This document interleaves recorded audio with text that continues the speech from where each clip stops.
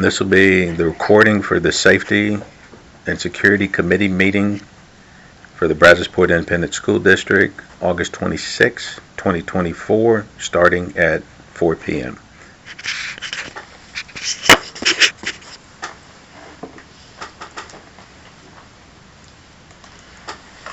So everybody's starting to join in now. We got a few more.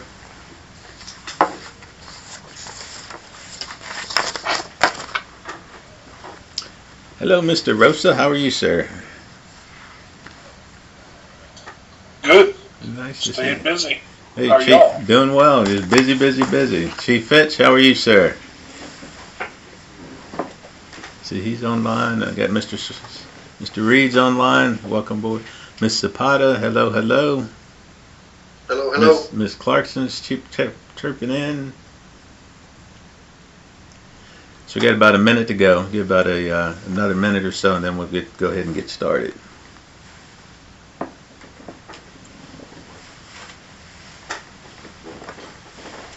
And then there's Mr. Whitehead. Look.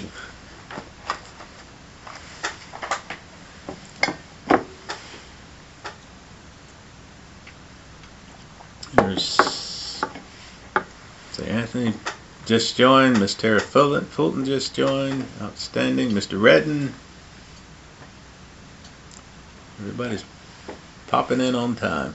If everybody that's already online, if you can go into the calendar invite, and if you can pull up the acknowledgement that you're there and to put an X next to your name, so I can make sure we get an accurate account who showed up for today's meeting. I just shared that link directly in the chat. Oh, thank you, boss.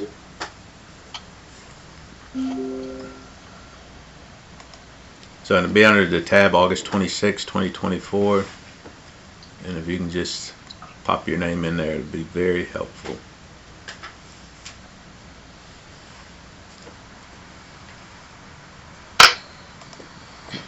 Let's do this. I'll give it about another 30 seconds then to be good stewards of your time. We'll go ahead and get started. And the rest of them just catch up when they get online.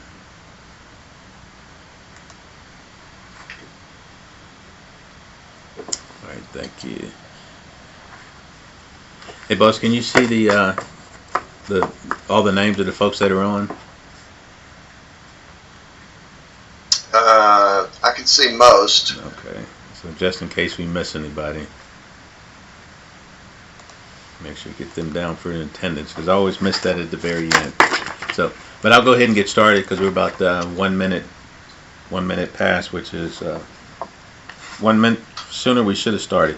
So I'll start. This is a regular meeting of the Safety and Security Committee for the Brazosport Independent Schools District. We will be held on today, August 26, 2024. Beginning at 4 p.m., we're meeting virtually using Google Hangouts.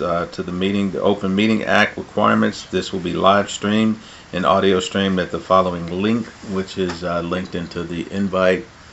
It's been posted in accordance with law for the reported time needed at the administration's building front window, and it was also posted online so everybody had notice. With that being said, I will see if there is any introductions or announcements from the floor before we begin the meeting.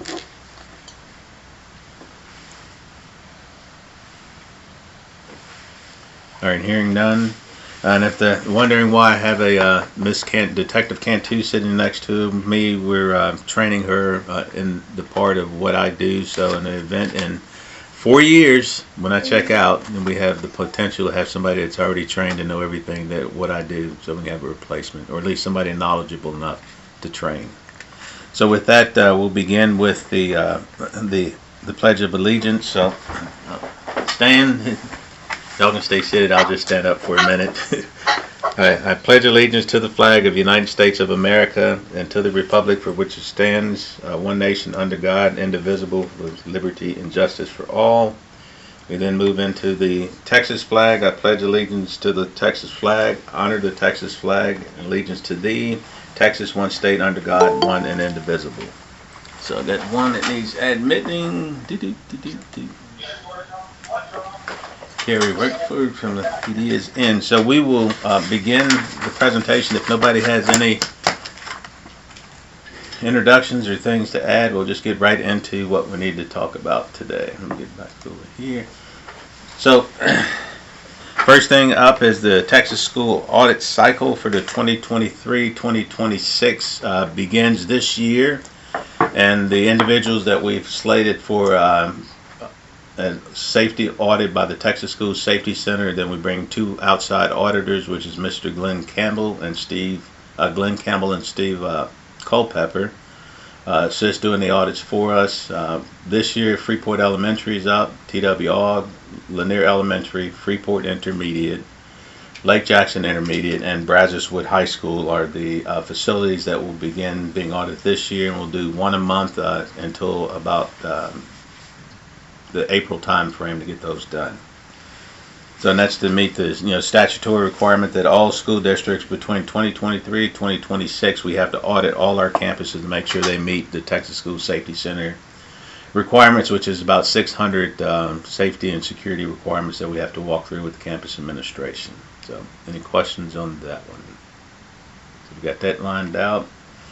The next one is up is the Texas Education Agency District Vulnerability Assessment. If you remember, we told you that the district volunteered to be the pilot for the TEA for their new TEA audit. And basically what ended up happening is because of Uvalde, Texas School Safety Center had the responsibility to look at the educational agencies, and particularly their campuses, emergency operations plans. And as a educational institution, they use best practices to be able to see if these entities were doing what they were supposed to do. It was a honor system, so you submitted whatever you said you were doing to Texas School Safety Center. They checked it off to say yes, you did. But after the Uvalde event, they realized that a lot of things that folks said they were doing, they were not doing. So now TEA is doing their own audit besides Texas School Safety Center. So they're going to start that this year.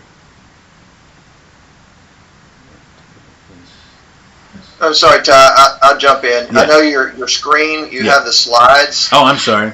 Yeah, they're not showing up on our end, so we're just my looking at each other as you talk. So my bad. Let me get that to you right as now. interesting as you are, the slides help us a little bit. Stay focused.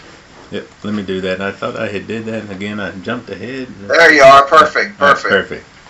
So we're into the Texas TEA, so it's doing their own audit, similar to what Texas School Safety Center doing, but TEA sends their representatives that work for them as basically the hammer to make sure what you say you're doing, you're actually doing. So we did that as a pilot to help them define what their rubric looks like to make sure that it is functional and meets the needs. So when they came through, like last year I told you we had some issues that came up. So these are the issues, and basically I'm just letting you know we're commended for overall for our safety procedures and protocols. And we had minor findings when they came through for our door and door closures, our SPAT protocols, our bullet resistant film on all exterior doors were an issue. Door numbering, we had numbering at all the facilities on the outside, starting at one being the front and then going clockwise all the way around to the last door in the series, which ended with that last number. But TA has a new requirement that because of the fire code, you have to have not only a door numbering on the outside, you have to have a door numbering on the inside at the bottom of the door, opposite the hinge side from the door, and it had to be a color contrasting to what the door was. So in the event there's a fire and somebody's crawling out, they would be able to give, annotation exactly where they were based on that interior door number that's close to the floor where they were at. There were some issues with the roof access, not having everyone having a lock on it, even though they were closing behind a locked door. They want a lock on every roof access. And then we needed to talk about the good cause exception that the district had, which meaning that the requirement for House Bill 3, every campus had to have an officer on it. I'm happy to report that out of all those issues that were reported by TEA during their pilot audit, were either fixed that day or shortly thereafter. So we are now in compliance with their district vulnerability assessment. We have sent what we call the remediation plan to TEA to show that we have completed all the tasks that they identified as being issues.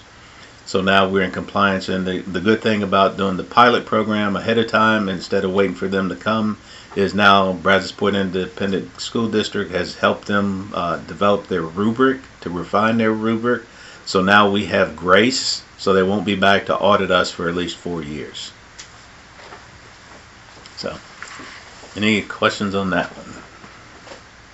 I hear none. Better we move to the next one, slide up. So, just letting you know, and that's basically what I just told you. So the only thing that we're missing is the bullet-resistant film on all exterior doors. If I cannot explain that to you, so all of our vestibules are hardened. So the entry points where most folks come through the front of the campuses have bullet-resistant film on it, and on the windows adjacent to it, so nobody can just shoot the windows and they fall out. So TA's new requirement is you have to have those actual resistant film on all of the exterior entry points. So any door on the campuses have to have the bullet resistant film on it, and then any window adjacent to those doors that somebody could shoot out and then reach around and push that door open need to have bullet resistant film on it. Because of the grant that we've got, we have measured every single window. We have a company in place to put that film on, and the time frame from start to completion will be about 3 weeks for them to hit all 17 of our campuses.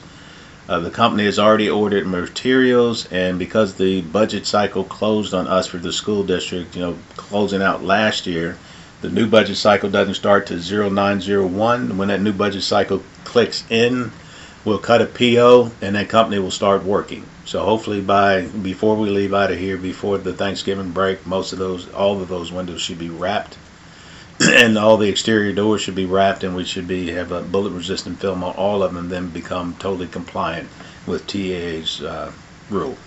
So questions on that one?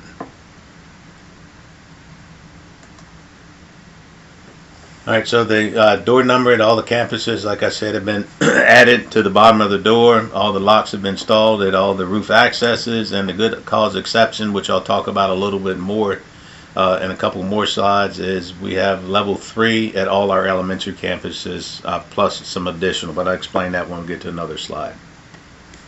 The next one up is the staff committee meeting agenda items is avoid, deny, defend, or run, hide, fight. This is a continuation, even though there is no requirement to continue to do this. Every year the chief and I attend the campus's staff meetings or welcome back to school meetings, and we go over the run, hide, fight and what teachers should do in the event that there's an active threat on their campus. Next issue on Stop the Bleed training. Our district, I think, is one of the only ones in the state. We have trained all staff and all students in grades 7th to 12th on Stop the Bleed protocol. So this year, all we have to do is train the 6th graders that moved into 7th grade at Lake Jackson Intermediate, Clute Intermediate, and FIS, and that is an ongoing process that's being scheduled. And once we get those scheduled, the chief staff, my staff, Miss Molly, and her nursing staff will all get over to those campuses and get things knocked out. So any questions on that one? Seeing none. Next one up, this is the drill requirements for Texas School Safety Center and TA for this year. We have to do, for 2024, 2025, we got to do 1 secure drill at every campus. We got to do 2 lockdown drills, 1 in the fall, 1 in the spring semester at every campus. 1 evacuation drill. We have to do 1 shelter drill for hazmat, and then 1 shelter drill in place for weather. And then we got to do 4 evacuation drills. That's 2 per semester. So 2 in the fall, 2 in the spring, and 1 of each of those fall and spring fire drills has to be in the obstructed. So basically they start their primary release location where they evacuate from. It's considered obstructed due to fire, so then they got to have a secondary, so they got to practice that. So practice, Steve say, train like you fight and then fight like you train. So that's what we're accomplishing by having that done. That'd be Steve Rosa. So update on the projects. Quick alert. Remember we say we built redundancy, the 29 or 30 points of light that we have. Prior to us having a level 3 at every elementary campuses, the district deployed quick alert, artificial intelligence, gun detection systems at every entry point at the elementary schools. And basically it was set up that way so if a bad guy got into the campus, it would automatically pick up on the weapons like Zero Eyes does for us in the parking lot and give us a notice that that campus has been breached with somebody with a weapon, so we can respond accordingly. All 50 of those tablets are up, 5 at each of the campuses. They're currently functioning, and by day those cameras just do the staff or the campus logos, spirit, messaging. So it's just like a running marquee, but behind it is a camera that most folks can't see that's there, and it's looking for weapons. So that's in place. Syntegics, we started the upgrade to the safety blueprint and the LoRaWAN system, which we'll talk about here in a second with the next slide. So basically this new system is state-of-the-art system. Technology is ever changing so quickly, so we're getting the best and the latest of the lowest Bluetooth frequency LoRaWAN system reinstalled at all our facilities. They've already completed Brazosport High School because Brazosport had that new CTE facility that just opened up. So last week they were out there retrofitting that facility for that, and then they're in the process of doing the rest of the 17 campuses across the district, hopefully in the next 2 months, to get that new system deployed. So any questions on that? And again, that LoRaWAN system is our silent panic alert technology. That's the 3-click or the 8-click. 3 clicks if you need an administrator, 8 clicks if you have an emergency that is life or death in the world. Being every law enforcement agency in the area is coming to figure out what's going on and assist. So any questions on that one?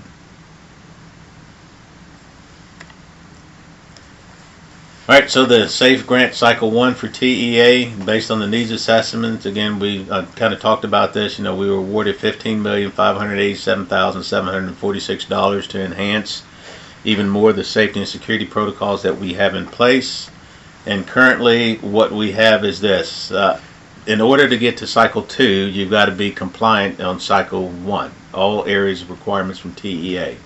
So the areas for an improvement that we were not compliant yet with TEA were Knox boxes, which gives all law enforcement officials the ability to have a swipe card that we carry and a set of keys inside of that box that they have a key to that they can get into in an event of emergency. The district had it for the fire department, but the fire department doesn't always let the police department into those keys, because if that key is locked for the fire department, that fire key that opens the school box opens every box in the city. And if that key is lost, then you got to rekey the city. So we're putting specific boxes just for law enforcement at all of our 17 campuses. The boxes have been ordered. The boxes are in. We're in the process of working with maintenance and operations to get those boxes installed. Once those boxes are installed, we'll put the swipe cards and the keys inside, and then we'll be fully compliant with the TEA, and my anticipation close date on that is December the 2nd of 2024. Those should all be in place. Bullet resistant film, same thing. By Thanksgiving we should all be in place, because that will be a process that's beginning. The BDAs, one of the things we weren't complying with, we've got some areas in some of our facilities where police radios, fire radios, and campus radios do not work. We got areas in some of our facilities where cellular phones do not work because of the density of the building and the construction materials. The frequencies can't penetrate the building, so we're putting bidirectional amplifiers and cell boosters inside of all those facilities. That's an ongoing process. The company has already been identified. The information that we need has been already identified, where the dead zones and areas are at. They know where all these technology equipment needs to go, and once 0901 opens up, the PO will be cut and they will begin that process. It's going to take them approximately 6 to 9 months to get all those BDAs and processes in, so the completion time is towards the end of the school year. So any questions on that one? But by getting provisionally compliant on 9/1 when the PO is cut, we can say that, hey, we're moving towards the completion of that. So then by doing so, that allows us to move from the Cycle 1 grant into the Cycle 2 grant monies. And that Cycle 2 grant monies that's sitting there that we have not touched yet is $355,709. So once we get compliant with Cycle 1 after 9/1, then Mr. Massey and Miss Rebecca Kelly can then make the decision, what other safety measures do they want to spend that $355,000 on. So I've got some ideas, but again, at the end of the day, it's Mr. Massey and the Board of Trustees make the final decision of what they want to do. But I think the good thing to say is our district is far, far, far ahead of any other school district. So anything we're doing is basically extra and icing on the cake on our safety and security protocols. Any questions there? None. So this year, by September 23rd, 2024, the district's emergency operations plan and then the campus-based operations plan from all 17 campuses have to be turned into the Texas School Safety Center and TA for review. And basically for us, what that means is we just need to update the plan for any changes, any staff changes on our plan, any new assignments. As far as roles and duties and responsibilities have to be articulated in the plan and then sent to them. The only nuance that's due this year that we did not have in place in a written form and documented for TEA was a thing called the Cyber Security Annex. But working with our technology folks, David Mendoza, Anthony Lush, Jonathan Schaefer, JD, Miss Autumn, and the rest of the crew, they were able to, everything that TEA or Texas School Safety Center was requiring, they already had in place. So it was just a matter of putting it on paper and putting it in the format that TEA and Texas School Safety Center wanted, which they have done. We're going through the final review process on both documents, and those documents should be submitted before the due date. So, any questions on that one? Hearing none. All right, so this is what I want to talk about. Level 3 safety specialist. So again, under House Bill 3, there was a requirement that there has to be a law enforcement officer on every single campus in the state of Texas and every educational institution. And the problem was there's not enough law enforcement officers to find to be able to fill those roles. So in order, if you couldn't do that, you could do what's called a good substantive clause, excuse me, and ask for either a marshal's program or the guardian program. So initially, the district asked for a good exception clause because we didn't have an officer for every campus. But what the district chose to do instead was to hire a level 3 armed security guard that works for the district under our security company called BISD Security. Then we could take that good exception off. So the board met, they took that good exception clause away, and we notified TEA that we didn't need the clause anymore because we now have a armed staff member that's employed by the district under the BISD security plans or license for the state at each one of our elementary campuses. So we did basically 4 rounds. So the first round we hired 4 and put those armed staff at TWR, Gladys Polk, Matt Griffin, O.M. Roberts. Then shortly before school let out, Mr. Massey said, hey, let's do round 2. So we hired 3 more, and we put them at Boydell, Brandon, and Freeport Elementary. And then after that, Mr. Massey said, well, let's do round 3. So we did round 3. So now we had hired 3 more, and we took the one at AUG, Mike Cooper was originally at AUG, and we made him a floater, and then we hired a new officer to fill the AUG spot. Then we had put one at Lanier Elementary where there was a patrol officer, a guy named Mr. P. Rodriguez. We moved him to Rasco. And then we hired the third one, which is Josh Butler. And the reason we did that was this. The officers take off. The officers sometimes make arrests. Sometimes the safety specialist at one of the elementaries gets sick. So we hired 2 extra that are just floaters. And those floaters, there'll be one assigned to Brazosport, and then there'll be one assigned to Brazosport. And those floaters will be an extra gun of those campuses until an officer at one of the elementaries takes off sick, or if one of the police officers, one of the campuses that only have one officer on that campus, that floater will be pulled and then parked at that campus until the officer returns. That way we've got a gun on the campus at all of our campuses every day that there's school is open. So then after that, Mr. Massey said, well, let's go to round 4. Let's take some of the level 2s that meet the qualification. Let's change their employment status from a level 2 and move them up to a level 3. So the first 2 that we did one at Brazosport, and then we did one at Brazosport. And they're still going through the level 3 process, and once they get done, there'll be an additional gun on those 2 high school campuses in the event of emergency.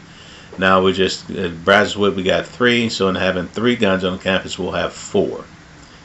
And with Cooper that would make 5. And at Brazosport we'd have the 2 officers that are assigned now, with the floater that would be there, that would be 3, and with this level 4 that they just upped, now we'd have 4 guns on the campus if something went south.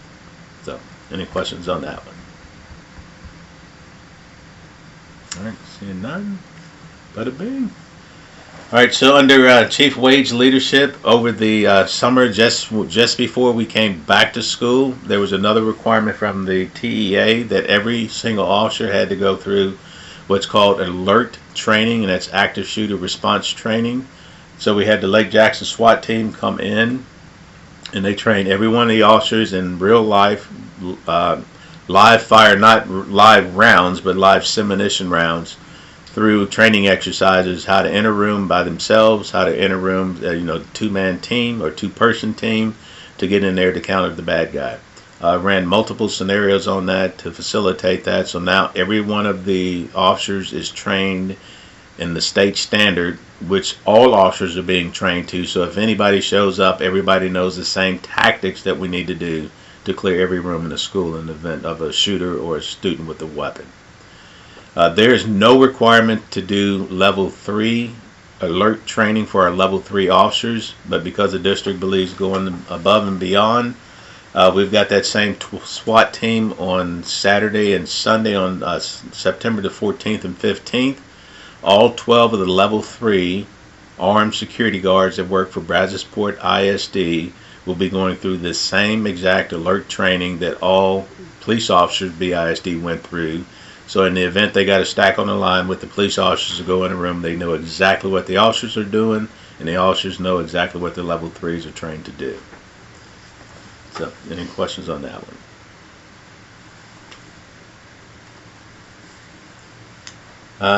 Next one, we talked about this a little bit before we got out of school. We began the actual deputization process to be part of the FBI Threat Assessment Task Force. The members would be, of course, Chief Wade Nichols, Detective Arminda Cantu, Officer John Burmeyer, and then myself. And the reason the 4 of us is we've got a little bit more flexibility in our schedules to meet some of the mandates. The benefit of being part of this group is if there is a threat that comes in on social media or any other event, because would be deputized, we would have immediate access to all the tools that the FBI has to identify where that threat came from. As far as IP addresses from the service providers, and then from the service providers being able to identify an address, and then from an address look at our teams and identify, okay, who goes to our school that lives in that household. So it gives us, immediate access to begin to track that threat down, to get that student off the pathway to violence, and see if it's either a credible threat or if we need to take further action. That process is what we found with the U.S. government and the U.S. Marshal's Office is those 2 governments don't talk well to each other, so it's been like a redundancy in paperwork, and they love to bury you in paperwork to get the process done. But we're diligently just plugging along to, make sure that we get that on behalf of the district. So, any questions on that one? Seeing none, bada bing. Okay, and then at the high schools, one of the safety measures that I thought you wanted to hear about, because it may come up, is before door 23 at the high school was opened, and it was manned by either a police officer or safety specialist sitting at a desk, primarily to watch, who's coming in and out of that facility. With the change in leadership, Dr. Johnson is now over the school. He's looked at all the safety protocols at the campuses, and he has made the decision to effectively close door 23 and ensure that it's locked, because, as my mantra is, the safest kid and the safest student is behind a locked door. So that door will remain locked during the school day, and it will be open during transition. So transition period, when the students need to transition back and forth either from CTE to ninth grade or wherever they need to move to, there will be a staff member meeting the TA requirement that says they have to actively monitor, meaning they need to be standing right by that door. So if something happens, they can close the door quickly and then get students into a safe place. So that transition has happened, and the way it works is the door is actively staffed during transition. After the bell rings, the door is secured. The door is secured. And that door is the time frame that's given is a short by Dr. Johnson of what it is. I don't know, maybe 3 minutes, 4 minutes. But after that, the student has to go to the front main entrance to enter. Yeah. So, yep. Here's I know Mr. Silly. So let's go. Go ahead, Mr. Silly. Before you ask for questions, I wanted to go ahead and give one. Yes. How many transitions are during the day? Pardon? How many transitions occur during the day? I think there's 8. Yeah, 8 transitions. And so you're saying there's going to be a staff there assigned at each transition? Yes, sir. Well, that's one way they can get in. The other way they can go in, if they're coming out of CTE, they have a fence that is 6 feet that has non-scaling material on it. So the students could leave CTE, walk through that fence area, walk in the ninth grade center, and then walk into the main building without leaving cover. But for those that choose to walk outside to do that, or coming back from, they may be off a period or going transitioning someplace else, they come back to that door and it will be open when the bell rings. I guess, okay, it makes sense. I know that when you start staffing somebody and you have a lot of human actions that have to occur consistently, day after day, there's an opportunity for defect, right? Yes. And so my question is, where's door 23? I mean, why door 23? Because it's strategically located between CTE and ninth grade center, and we got a lot of students that transition from the main campus to TTE for their classes, and then from CTE back to the ninth grade center for the rest of the classes. Or they go off campuses for cosmetology, for vet tech, or different things. Okay, so it's just a high traffic area, and you could have someone other than a student walk through there. Correct. And it's off the student parking lot where their parking lot is at. Okay. And so the other follow-up question is, if it's high volume, how many students are coming through? And what's the significance if I have, if there's 1 or 2 every 2 or 3 every minute, that's one thing. But if you have 20 or 30 coming in a 5-minute period for 100 or 200 students, how do I make sure that each student is actually a student, and how can that staff member manage that? They have to wear their ID. Okay, so the ID of traffic going in and out that door is going to be something a staff can manage. Correct. Okay. I can't picture door 23, but between classes, I would imagine there's going to be a volume of students that are moving through that door pretty quickly. Excuse me, I wanted to add on to that. I'm at Brazosport, 9th grade center. There's a safety officer present there, and then minutes for the students to get back. So it's 6 minutes, that door's open, and then it's open, and then it's closed. For 6 minutes? Okay. And the safety specialist stands there until everybody's gone and they close it on both doors. Okay, and it sounds like this is an upgrade from from a security standpoint. What did we do before in this door? Well, before that, we had a police officer that was sitting at a desk about 20 feet in from that door, and they sat there all day. Okay.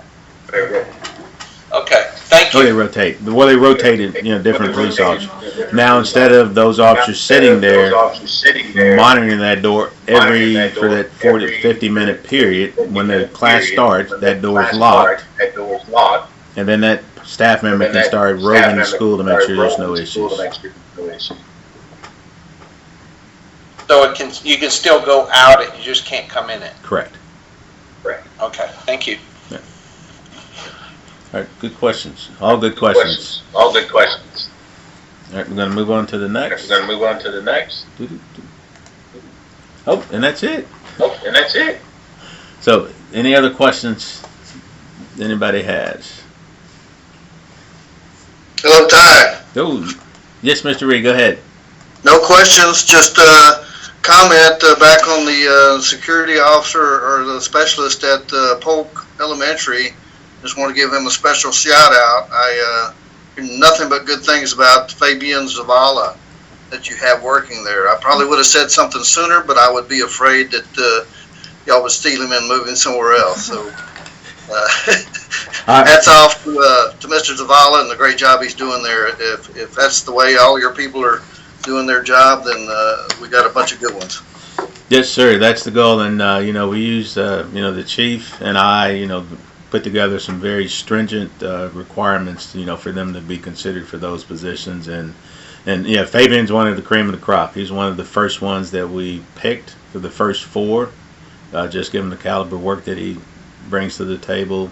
And I was going to make him a floater, to put down at Brazosport, but because of the work that he does there, he has made such a good relationship with the parents, the administration, the teachers, the students. They all said, please don't take him. So Please don't. yes. So I heard you. Yeah, thanks for all y'all do. It's a great report here. I love all the things we're doing. Just keep up the good work. Yes, sir. We're trying. That's all I have. We're doing our best. Thank you. Anybody else? All right, if you got in late, if you can just please go into the calendar invite and make sure that you check an X next to your name that's showing that you were here. And with that, that would conclude this meeting. Our next meeting up is January the 13th, 2025. And then the following meeting after that for your calendars, if you want to hold a place for it, is May 12th, 2025, and both of them will be at 4 p.m. Until then, if we don't see or hear from you, I want to wish everyone a happy Thanksgiving and a very, very Merry Christmas to you and yours, and hopefully everything will be okay. Alrighty, that's it, y'all. Have a good one. Take care.